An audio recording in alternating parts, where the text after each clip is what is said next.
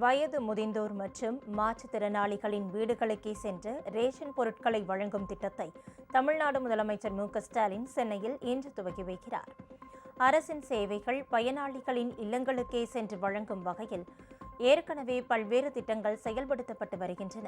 இதன் அடுத்த கட்டமாக பயனாளிகளின் வீட்டிற்கே சென்று அரிசி, சர்க்கரை போன்ற ரேஷன் பொருட்கள் வழங்கும் திட்டம் இன்று முதல் அமல்படுத்தப்படுகிறது.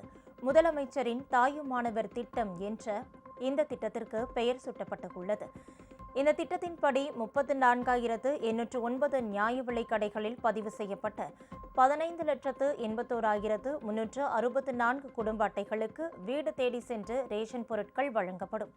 இதேபோல் மாற்றுத்திறனாளிகள் 1,27,797 பேர் பயன்பெறும் வகையில் அவர்களது வீடுகளுக்கே சென்று ரேஷன் பொருட்கள் வழங்கப்படும்.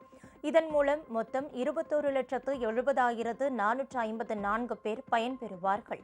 ஒவ்வொரு மாதமும் 2வது சனி மற்றும் ஞாயிற்றுக்கிழமைகளில் இந்த திட்டத்தின்படி உணவுப் பொருட்கள் வீடு தேடி சென்று விநியோகம் செய்யப்படும்.